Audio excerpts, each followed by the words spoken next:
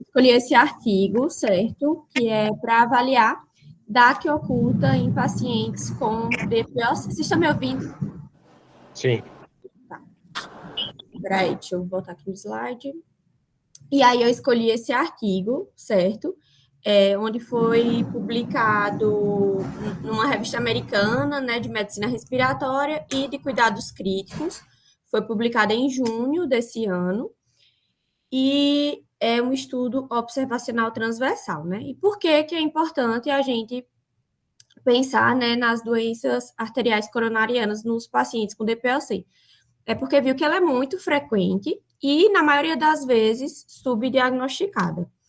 Os sintomas também podem ter uma sobreposição, então, a questão de dispneia, fadiga, intolerância ao esforço, né, a gente pode encontrar nas duas doenças. Foi visto que exacerbações elevam o risco cardiovascular e identificar essa DAC, né, nos pacientes pode mudar desfechos, né?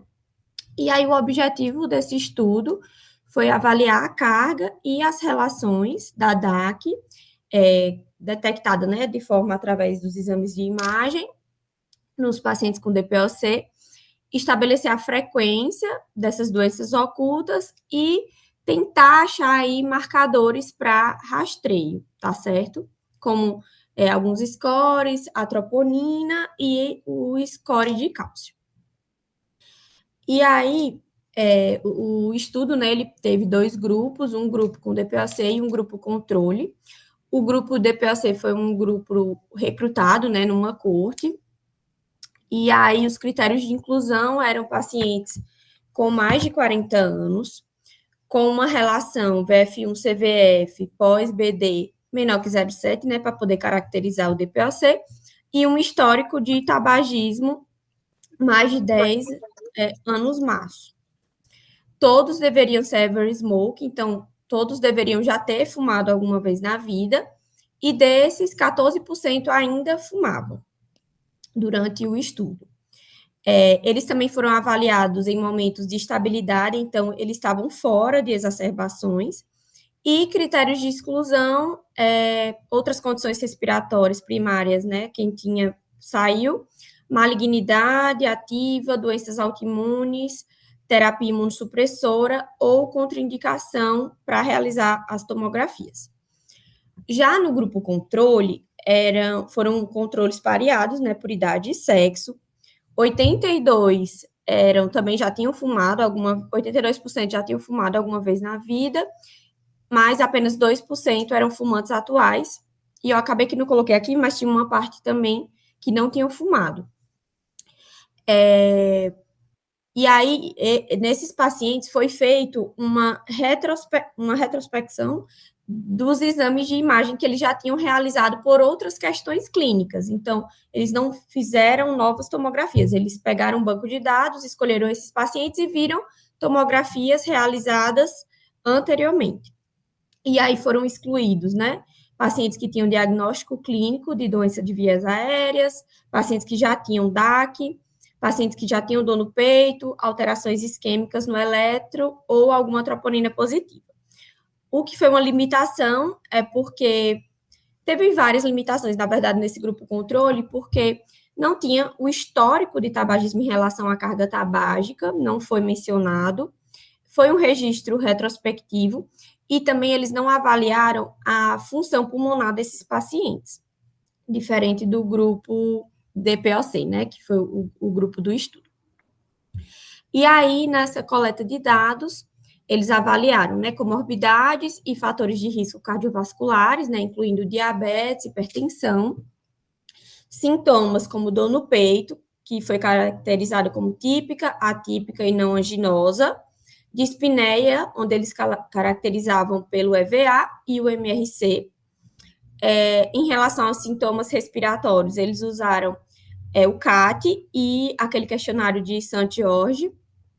Em relação às exacerbações, eles definiram critérios, né, o que seria exacerbação ou não, que ficou como 2 ou mais exacerbações no ano.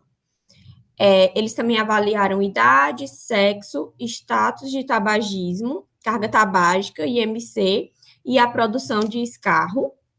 Eles avaliaram de 2 a 3 escarros no ano e testes funcionais, né, como espirometria, a plethysmografia, o DLCO e o teste de caminhada de 6 minutos.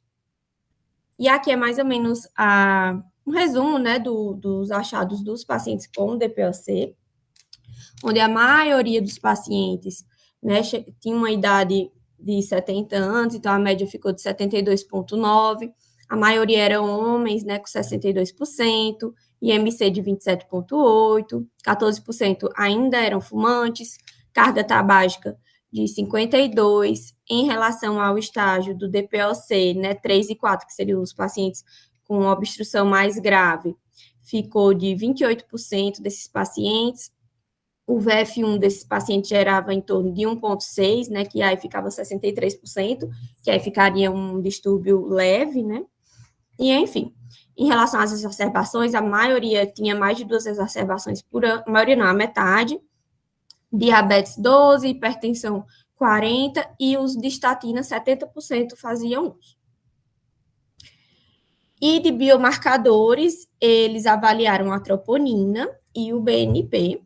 Em relação à inflamação, né, eles avaliaram leucócitos e neutrófilos, PCR e níveis de fibrinogênio, o escarro, né, como eu havia falado, para avaliar crescimento bacteriano, e para o score cardiovascular, eles usaram algumas calculadoras, né, o Q-RISC-3, Framingham, score de doença cardiovascular aterosclerótica e score de avaliação de risco coronariano isquêmico. E aí a Anjo-TC, né, eles fizeram para detectar se tinha ou não a DAC, o grau de estenose e o número de segmentos coronarianos afetados. E a DAC oculta ficou estabelecida que seria a DAC detectada nessas Anjos-TC coronariana nos pacientes que não tinham dor torácica ou que não tinha um diagnóstico prévio de doença isquêmica. E aí também foi estabelecido que a DAC obstrutiva seria definida aquela com 50%, né, de estenose, e a obstrutiva grave mais de 70%, em pelo menos um vaso. Em relação se essa placa era de alto risco ou não, eles colocaram no score, que eu inclusive nem conhecia, que é esse score agregado multiarterial, e também teve essa tomografia, que assim, existe 2 tipos de tomografia, né? Existe a tomografia angiotomografia coronariana, onde a gente é específico para isso, e a gente também pode avaliar essa questão da DAC nas tomografias que a gente já faz mesmo para ver pulmão. Só que aí a gente associa o score de cálcio. Então, também foi. E aí, os principais resultados, né? Teve uma alta prevalência de DAC nos pacientes com DPLC, com 88% dos pacientes detectados com DAC. Desses, 42 apresentavam uma DAC obstrutiva, né, com 50% de estenose, e 28 severamente obstrutivo. E entre esses pacientes com DAC, 41 apresentavam alta carga de doença por aquele score CIS, que é o que vê os segmentos coronarianos afetados, e 45% apresentavam alta carga de placa calcificada pelo score de cálcio, tá certo? E quando a gente compara com os controles, viu que os pacientes com DPOC foram significativamente mais propensos a ter uma DAC obstrutiva, né, aí de 37%, comparando com 16%, e severamente obstrutiva de 25% a 4%, em comparação com o controle. E quando fez o ajuste para idade, sexo, IMC, diabetes e tabagismo, os pacientes com DPOC também tiveram uma probabilidade maior, 3 vezes maior, de DAC obstrutiva e 10 vezes maior para severamente obstrutivo, comparando com todos os controles. Aí aqui ele coloca esse gráfico, né, onde a gente consegue ver, né, nessa figura aqui, onde ele compara quem tem e não a DAC, né? Então, paciente que nunca fumou, né? Então, sem DAC ainda é a maior, né? Se já fumou alguma vez na vida, então já predomina bastante a questão de ter a DAC. E com o DPOC aumenta mais ainda. Em relação a ser obstrutiva e severamente obstrutiva, também, né, nos pacientes com DPOC, acaba que a proporção é maior. E aqui, em relação ao CIS, que é dos segmentos coronarianos afetados, a gente vê que os pacientes com DPOC também têm maior, que a gente fala de alto risco, né, da placa. E no MVAs, que é uma relação que vê a estenose comparando com a placa de alto risco, que também é como se uma forma de classificar essa placa, né, sendo de alto risco, também é maior nos pacientes com DPOC, tá? E aqui também é outro gráfico que ele coloca no artigo, onde ele mostra, né, que a doença arterial coronariana, ela é significativa nos pacientes com DPOC, independente dos fatores de risco, né? Então, isso sugere que pode ter uma relação, né, nas vias aí das duas doenças. E aí, em relação aos sintomas e capacidade funcional, isso eu achei bem interessante. Então, a DAC oculta estava presente nos 75% dos pacientes, e dos pacientes com DAC detectada na angiotensina e 61,9% com DAC obstrutiva. 84% dos pacientes com DAC, 76% eram obstrutivo e 71% obstrutivo grave. E todos eles, né, desses que eu estou falando, não relataram dor no peito, então eles não tinham sintoma típico. E dos que tinham, né, sintomas, não eram sintomas típicos de angina.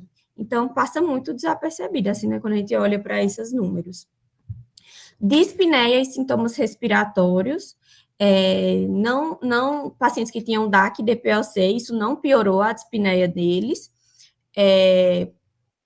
e também não teve alteração, assim, não se correlacionou, né, o EVA, o MMIC, o CAT, o questionário de St. George, nenhum deles se correlacionou com a carga ou gravidade da DAC. Mas, isso aqui é até bom para a gente mostrar para a Ivo, o teste de caminhada de 6 minutos teve diferença. Então, nos pacientes que tinham DAC, teve um teste de caminhada menor em relação aos que não tinham. Então, isso mostra realmente o comprometimento funcional desses pacientes. Então, de todos eles, o teste de caminhada foi o que demonstrou realmente uma diferença. Em relação às exacerbações, nesse estudo, a DAC não foi associada a exacerbações mais frequentes. Em relação à inflamação sistêmica, contágios de leucócitos e neutrófilos estavam maiores nos pacientes com alta carga, né, de doença arterial. O fibrogênio e o PCR também foram aumentados nesses pacientes. E a inflamação, né, onde foi visto nesse paciente inflamação de via aérea, os pacientes com DAC obstrutiva e severamente obstrutiva e com score de cálcio maior que 300, tinham mais chances de ter crescimento bacteriano persistente no SCAR. Aqueles com score de cálcio mais alto também tiveram mais chances de ter espessamento de parede brônquica, e isso ficou sugerindo que tinha uma via inflamatória compartilhada aí nas duas doenças, né, como a gente já tinha visto naquele outro gráfico. E aí, os questionários, os scores, né, de risco cardiovascular. Nenhum score foi sensível para detecção da doença. E aí já foi visto em outros trabalhos exatamente isso, né, que eles não eram tão eficazes nos pacientes com DPOC. Em relação à troponina, ela foi aumentada nos pacientes com DAC detectada, né, e a área da curva, né, quando a gente faz o ROC, deu 0,78 para detecção de DAC e 0,73 para DAC obstrutiva. Mas, assim, não conseguiu ser usada para uma triagem para esses pacientes. O BNP, da mesma forma, também foi relacionado com a área sobre a curva de 0,67 para qualquer DAC e 0,67 também para DAC obstrutiva. Em relação ao score de cálcio associado à tomografia torácica e não à tomografia coronariana, né, de coração, foi considerado, né, nesse estudo, o melhor método de rastreamento. Então, ela apresentou uma boa relação em relação à angio-TC cardíaca. Então, a gente pode estar usando, né, a tomografia que a gente faz para ver pulmão para estar rastreando a questão de DAC nos nossos pacientes, certo? E aí a conclusão, né, desse estudo é essa alta carga, né, significativa de doença coronariana oculta, né, que é o paciente sem sintoma nos nossos pacientes com DPLC. Ela é mal detectada pelos métodos atuais, os scores não são bons para detectar ela nos nossos pacientes, e a gente precisa realmente procurar isso nos nossos pacientes, porque isso vai mudar muito o desfecho dele. E aí a gente ainda precisa, né, de novos estudos para avaliar essa questão do rastreamento, se realmente, para quem a gente deve fazer essa TC, ou quando fazer a angio-TC coronariana, ou se a gente calcula o score de cálcio para todo mundo, ele ainda não respondeu nesse artigo. Em relação à limitação do estudo, né, o tamanho da amostra, que foi pequeno, são 50, em relação aos dados, como eu falei, o controle foi retrospectivo, então, assim, por que os pacientes estavam fazendo os exames, né? Será que eles tinham alguma coisa ali? Ficou meio na dúvida, isso não foi respondido. Carga tabágica, então a gente não sabe se o controle tinha uma alta carga tabágica ou não, e em relação à função pulmonar, se era mais grave, se não era, e também em relação à faixa etária, que a maioria dos pacientes eram bastante idosos. Então, ficam essas limitações nesse estudo. Mas é basicamente isso. Obrigada. Foi bem rapidinho. Foi ótimo, Gabi.